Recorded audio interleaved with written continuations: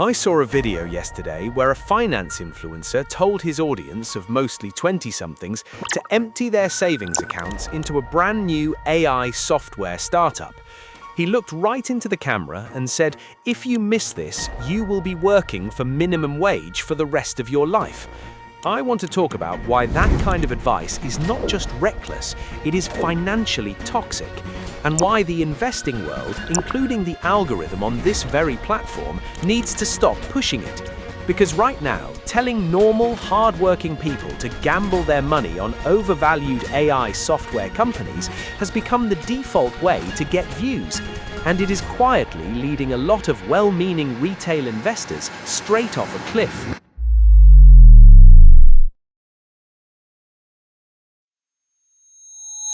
In finance, arguments live or die on the math. Right now, the market is obsessed with AI software.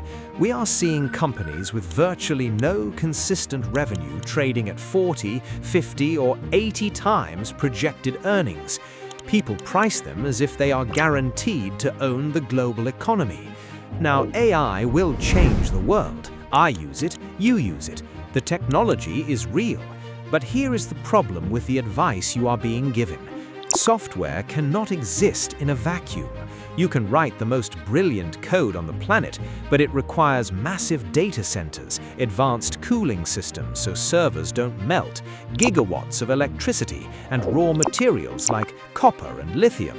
In an environment where the power grid is already straining, raw material supply chains are tight, and building a single new data center takes years of permits, the internet's financial advice is buy the app.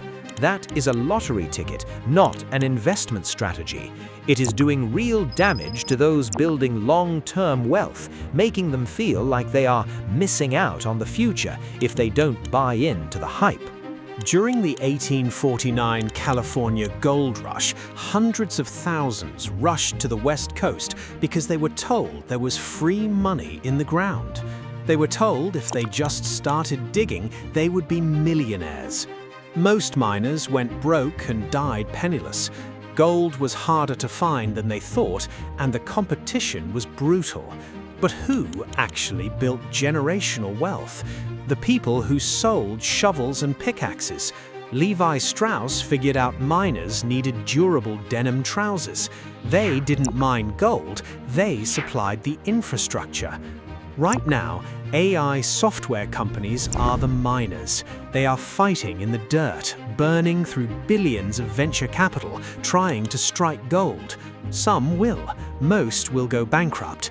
If you are a retail investor, you have no edge guessing which software company will win. But you don't need to guess. Every single software company, win or lose, has to buy servers, electricity, and data center space. The software is the gold, the infrastructure is the picks and shovels, and the internet is telling you to bet everything on the gold. First, buying the hype concentrates your risk in the most volatile sector of the market, and that is not a safe way to build wealth. When financial influencers tell you to buy the hottest tech stock, they implicitly say you can outsmart the market. The reality is, by the time a software company trends on social media, institutional money has already squeezed the easy profit out of it. You are buying at the absolute peak. Second, the physical bottleneck is where the real, reliable money is flowing. Right now, the single biggest limit on AI is power generation. We are rebuilding the industrial base of the internet. That means utility companies upgrading the grid, companies manufacturing specialized industrial cooling units, and semiconductor equipment manufacturers. These are boring companies. They do not have charismatic CEOs promising to colonize Mars, but they have multi-year locked-in government and corporate contracts. They have predictable revenue, and they pay dividends. Third, how you actually execute this and why nobody wants to talk about it. Your biggest lever right now is not finding the next viral tech stock, it is positioning your portfolio to capture the massive multi-trillion-dollar capital expenditure pouring into physical infrastructure.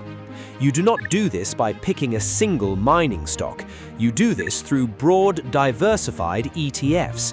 Look for global infrastructure funds, utilities ETFs, and funds that track emerging market hardware producers. If you buy a broad infrastructure ETF inside a tax-advantaged account, you capture the upside of the tech boom without taking on the catastrophic risk of a single software company failing. But buy a diversified utilities ETF and wait 10 years isn't as snappy as buy this penny stock today. It requires patience and discipline, which is why the software hype gets recycled instead. I want to be fair here, because I do think there is a version of the software conversation that is worth having. If you have a well-funded retirement account, you have your emergency funds sorted, you are maxing out your employer pension match, and you want to take 5% of your portfolio to speculate on an exciting software startup, go for it. Speculation is not a sin as long as you know you are speculating. I have made that argument on this channel, and I stand by it. But there is a difference between taking a calculated small risk on a tech stock and telling someone that chasing the hype is their only ticket to financial freedom. That second version is not advice, it is a sales pitch. The people I worry about most are the ones who are just starting out, the ones who are working hard, saving what they can, and feeling a deep sense of FOMO, fear of missing out, because everyone online claims to be getting rich overnight. You are not failing because you didn't buy the hottest tech stock yesterday. You might be failing because nobody ever showed you that the safest way to profit from a gold rush is to sell the shovels. That is a completely different strategy, and it has a completely different outcome. If this pushed back on something you've heard 100 times and it landed, good. That is what I am here for. Personal finance advice is too often either incredibly boring and outdated or dangerously hyped up with no honesty about the real risks. I am trying to do something different. Honest about the hype. Honest about the boring stuff that actually works. Honest about where the smart money is really going. If that is the kind of channel you want to be part of, subscribe. Every week, no filler. I'll see you next time. If this message feels like it hit home, that's no accident. It's your inner voice calling for change. And here's the truth. Staying the same won't get you anywhere new, but taking action will. That's exactly why thousands of people just like you have already broken free from living paycheck to paycheck by following a simple, proven blueprint. You don't need special skills, you don't need a second job. What you need is the right system, and it's already helping over 55,000 members build real financial freedom. So, here's your choice. Close this video and go back to business as usual, or click the link below and take your first step towards stability, freedom, and the life you know you're meant to live. The opportunity is here. The question is, are you ready to take it?